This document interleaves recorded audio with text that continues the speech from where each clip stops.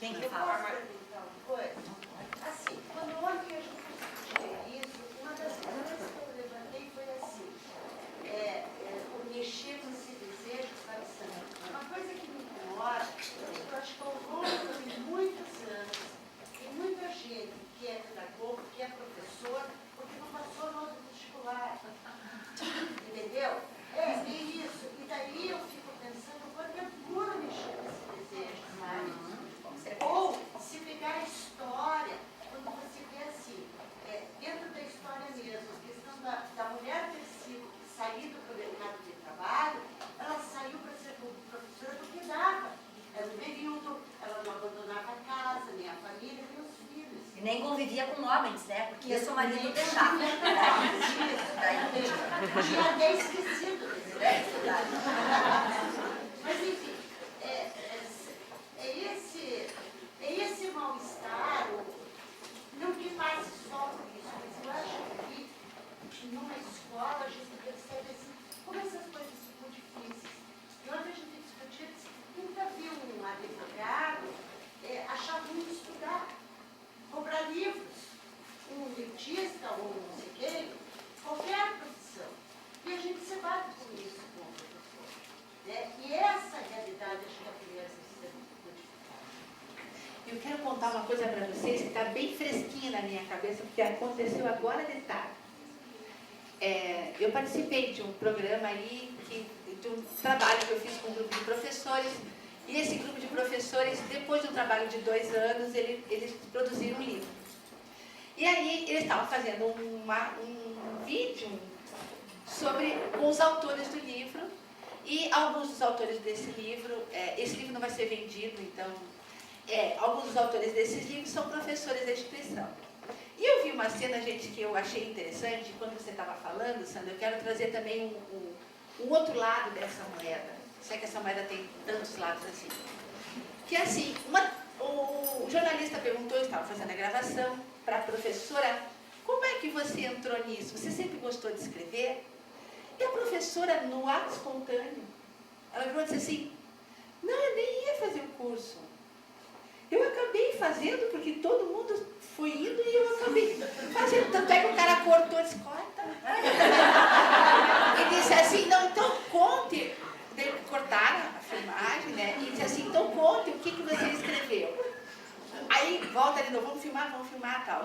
Pode olhar para a câmera e dizer, ela disse assim, aí eu escrevi o que a minha orientadora fez eu escrever, porque na verdade ele corta. E aí ela olhou para mim e eu disse assim, conta o que você escreveu, só o conteúdo, não precisa contar a história. O que eu estou contando isso? Por que eu estou contando isso? Porque essa moça, efetivamente, ela acabou entrando num rondão. Possivelmente ela foi contagiada, as amigas, o clima tal, e ela acabou entrando nesse. E acabou tendo que sobreviver nesse grupo que ela estava, que se propôs a um trabalho e tal. Por que eu estou trazendo isso nesse momento? Porque algumas pessoas irão por consciência, né? E vão dizer assim, puxa, eu preciso melhorar a minha prática. Eu penso que é o grupo que está aqui. Eu imagino que vocês todos aqui presentes estão buscando, através da reflexão, uma melhora em suas práticas. Porém, suas colegas, pode ser que vão por contágio. Agora eu vou lembrar a teoria de Vallon das emoções. As emoções são contagiosas, de caráter epidêmico, né? Ou seja, o mau humor é contagiante, mas também a alegria, o bom humor, o desejo, enfim, a coisa de realizar alguma coisa, de fazer alguma coisa. E nós temos visto em grupos que tem pessoas, volto a dizer o que aquela menina disse, muito animado, a menina que falou, eu encontrei uma professora animada para ensinar e eu fiquei animada para aprender. Para mim essa menina virou uma filósofa. Porque no grupo em que aquela moça deu exemplo, a gente não conseguiu fazer o vídeo dela, porque ela ainda não parou para fazer todas as reflexões que ela precisa fazer. Mas ela está num estágio muito mais avançado do que todo o resto da instituição que não participou. Talvez ela não esteja tão conscientizada e preparada quanto os colegas dela que fizeram parte do programa. Mas também é uma forma de entrar numa situação de se inteirar. E para passar o microfone para a Ana, antes de terminar, uma professora um dia desse pegou e disse assim, mas se eu tiver que fazer tudo isso, eu vou vender Tupperware. Ou vou vender Natura. Eu disse, é uma boa ideia. É melhor. É uma boa ideia. Né? Ninguém é professor. Ninguém é professor. É uma profissão, não é mesmo? Ela falou isso no auditório, gente. O auditório cheio assim, mas se eu tiver que fazer tudo isso, eu vou vender Tupperware e Natura. Eu acho uma boa ideia. Por quê? Porque nós todos temos essa gama toda de profissões para escolhermos. Eu escolhi ser professora. Ela escolhe fazer o que ela deseja fazer como profissão. Eu vou falar só para discordar da Marisa. Não, eu queria falar o seguinte, que o que a Marisa disse, assim, né, que a gente não vê um médico não querendo ler ou comprar um livro, ou um advogado, eu já falei bastante isso até. E ultimamente, assim, que eu andava muito angustiada com isso, lá onde eu tenho casa na praia, a gente tem vizinhos que são donos de um hospital, até ali em São José dos Pinhais, e um dia desses a gente conversando e tal, e de repente eu tive que parar e ficar ouvindo eles falarem, porque eles falando dos médicos que trabalhavam naquele hospital, eu saí achando que os professores são os melhores profissionais do mundo. Ai, não assusta.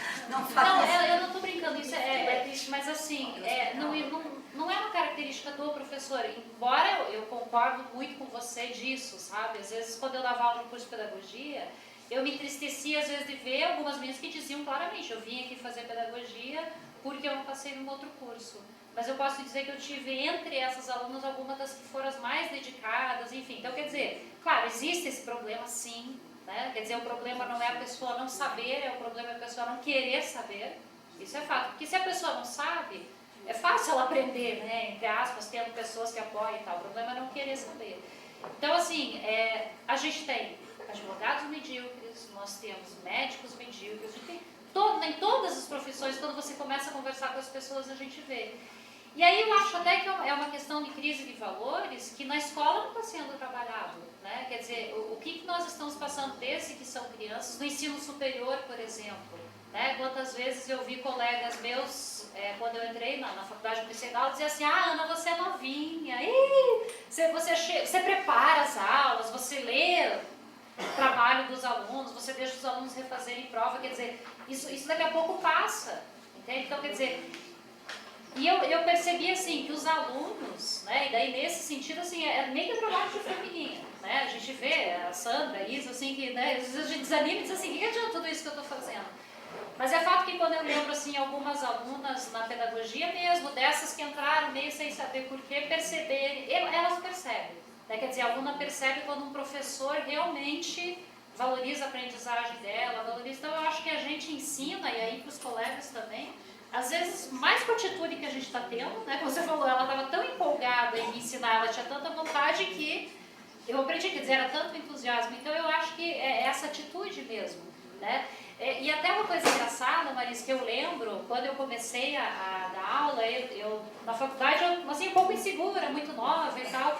Eu lembro, às vezes, de eu estar comentando nas aulas para as meninas, livro tal, e não sei o quê, e às vezes as meninas chegavam e me diziam assim, nossa, Ana, mas você já leu tanto livro? E para mim, aqui não era tão esquisito, porque eu sempre achei que eu não tinha lido nem metade do que eu devia e tal. E eu via, assim, as meninas anotando, às vezes um livro que não tinha nada a ver, um romance, que aí eu fazia um comentário e tal, e eu via que elas anotavam, não porque eu disse, leia esse livro, mas porque eu fiz um comentário sobre ele, enfim, naquele livro ali a gente vê como é que era a figura da mulher em tal época, né, como é que... E assim, você via assim, aquela coisa, vamos anotar, professora, qual é o nome daquele livro e tal. Então, às vezes, e eu falar assim, não como quem já resolveu o problema, não, de jeito nenhum, eu sofro essa angústia todos os dias. Mas a gente percebe como nessas atitudes que a gente tem, né? Então, eu tenho certeza que esse fazer e tal, às vezes a gente acha que não está dando resultado, mas está mexendo, porque isso realmente contagia. Ana, quem sabe seja muito assim, um desejo de uma mudança, sabe? Principalmente pela importância que tem a educação e tal, então esse desejo que as coisas caminhassem um pouquinho mais rápido, mais inteiramente. Acho que é isso. É o que eu tenho o tempo todo. Mas às vezes assim, se eu tivesse no oposto, você estaria falando isso para mim. Às vezes é fazer o outro enxergar que as coisas estão, claro. Há essa avaliação, há esse pensar, está dando resultado, não dá, mas às vezes é parar e olhar que tá no caminho e que as pessoas têm seu tempo também, né? Até que de repente a gente coloca uma situação onde ela olha e diga, não, eu não aguento mais. Porque ou ela vai se contagiar ou ela não vai conseguir mais fazer parte daquele grupo ali. Ainda com a Marisa, é bem rápido, gente. É assim, Marisa, em primeiro lugar, a escola privada e a escola pública têm mecanismos que muitas vezes não usam para mostrar para esse professor que a tarefa dele é estudar. Eu digo isso porque no ensino público, eu ia falar outra coisa. No ensino público, nós temos 3 anos de estágio probatório e eu não conheci uma diretora que falou assim, essa professora não pode ficar aqui na escola porque ela não gosta da aula, tá? E as escolas particulares, só nesse recinto aqui, que é a elite da elite da elite, tem umas 900 diretoras aqui que são incansáveis em procurar um profissional para ficar naquela escola que dê conta da tarefa de aprender mais para ensinar mais.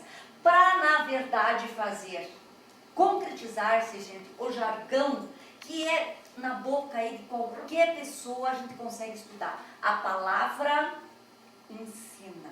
O exemplo arrasta. O exemplo arrasta. Nesse auditório, eu tenho pessoas que me formaram. Porque quando eu entrei numa escola, 78, em 78, existia lá uma profissional que tinha uma postura, que jamais falou para mim assim, Sandra, leia isso, Sandra, você já sabe aquela técnica, Sandra, você usa que método. Não. Todos os dias, durante 4 anos, esta profissional que está aqui me mostrou o que era ser uma professora, que falava baixo, que olhava nos olhos dos alunos e que praticava avaliação formativa quando não se tinha nem falado em avaliação diagnóstica no Brasil. Eu falei 78, 79, 80, 81 e 82. Tem gente que não faz isso até hoje. Então, o exemplo, de fato, arrasta. E acho que a gente não pode perder essa esperança. A gente tem que mostrar que é possível e utilizar, Marisa, os mecanismos, né? Natura não dá para vender muito porque o povo não está comprando, que está caro. Agora, tabué sempre é necessário.